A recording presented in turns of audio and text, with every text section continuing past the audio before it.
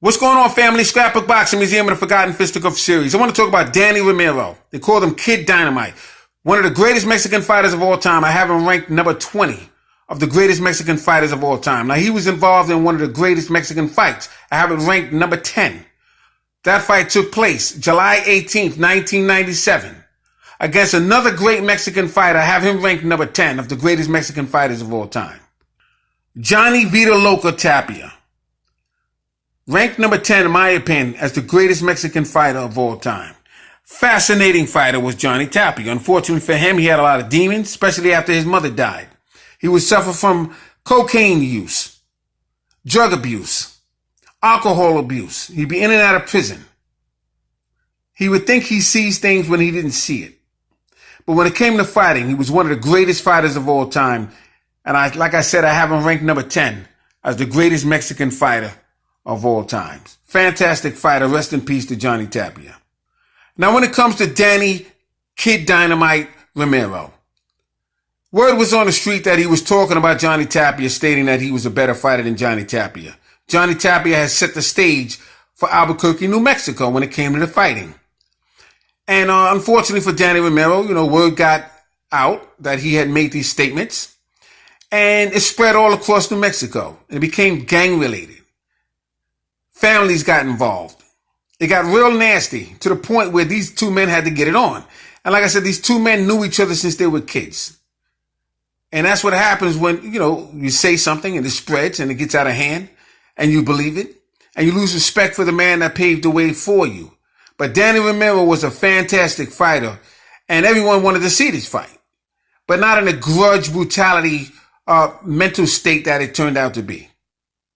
And Danny Romero was born as a young man in Albuquerque, New Mexico, in the same town as Johnny Tapia. He had total bouts of 52, 45 wins, 38 knockouts, 5 losses, and 2 draws.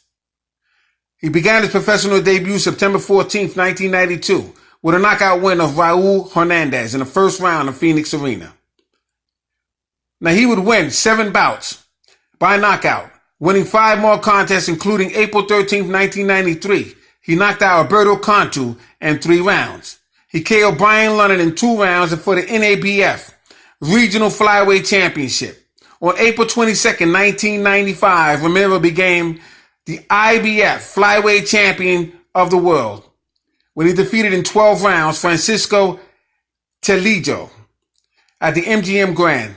Danny Romero would meet the WBO Flyweight Champion, Johnny Tapia. Now, Johnny Tapia had a trainer by the name of Eddie Futch and Billy Baskin. Billy Baskin was the trainer for Roger Mayweather. So he had a good team support behind him. February 13th, 1967, he was born in Albuquerque, New Mexico. Unfortunately, he died May 27th, 2012. He was 45 years of age at the time of his death in Albuquerque, New Mexico. He had total bouts of 66, 59 wins, 30 knockouts, 5 losses, and 2 draws. He began his professional debut March 25th, 1988. He fought Efren Chavez in Irvine, California, 4-round draw. Tapia won a USBA Flyweight Championship over Jesus Chong. Johnny had demons of cocaine use and drug and alcohol as well. December 5th, 1998, Tapia would win a WBA Bantamweight Championship strap over Nader Khan-Ardou by decision. They said it was unanimous. Basically a decision. I was at that particular fight, and I felt that, Johnny Tapia won just basic decision. Tapia would lose his first bout of 48 fights to Paulie Ayala. And that was an outstanding fight. I was at that fight as well. That was a back and forth fight. It was a fast-paced set. Johnny Tapia was out for a while. He was making a comeback. That was one of the best fights that I have seen. He defeats Manuel Medina for the IBF strap. Manuel Medina from Tijuana, Mexico, was the IBF featherweight champion. I remember a friend of mine, Kevin Kelly, was after Manuel Medina. He was ranked number 2 at the time. He never got that shot with Manuel Medina. Now, Johnny Tapia and Danny Romero would meet July 18th, 1997. And I'll tell you, this was one of the greatest Mexican fights that you would ever find. One of the greatest fights in general.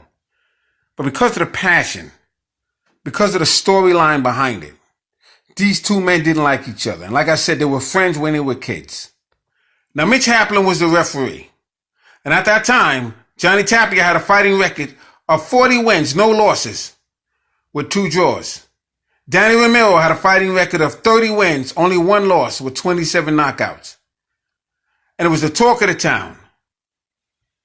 Everyone wanted to see what was going to happen between Johnny Tapia and Danny Romero.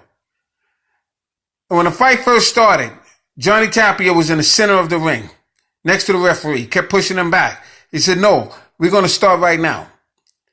And Danny Romero was in his corner. When that bell rang, and once they sized each other up for the first 20 seconds, that was it. It was back and forth for the remainder of the fight. One of the greatest Mexican fights, I gotta keep saying it, of all time. Make sure you check out Danny Romero and Johnny Tapia.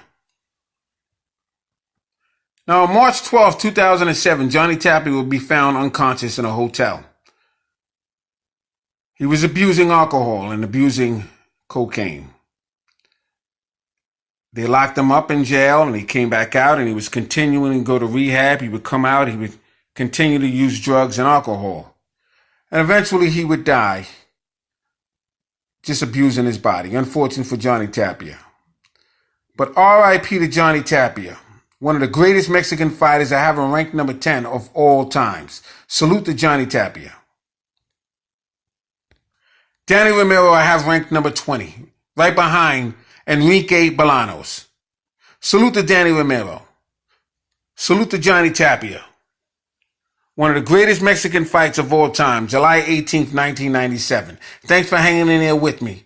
This is Scrapbook Boxing, Museum of the Forgotten Fisticuffs series, stating all great fights and all great fighters will never be forgotten on my channel. Salute to my subscribers. Salute to these outstanding Mexican fighters.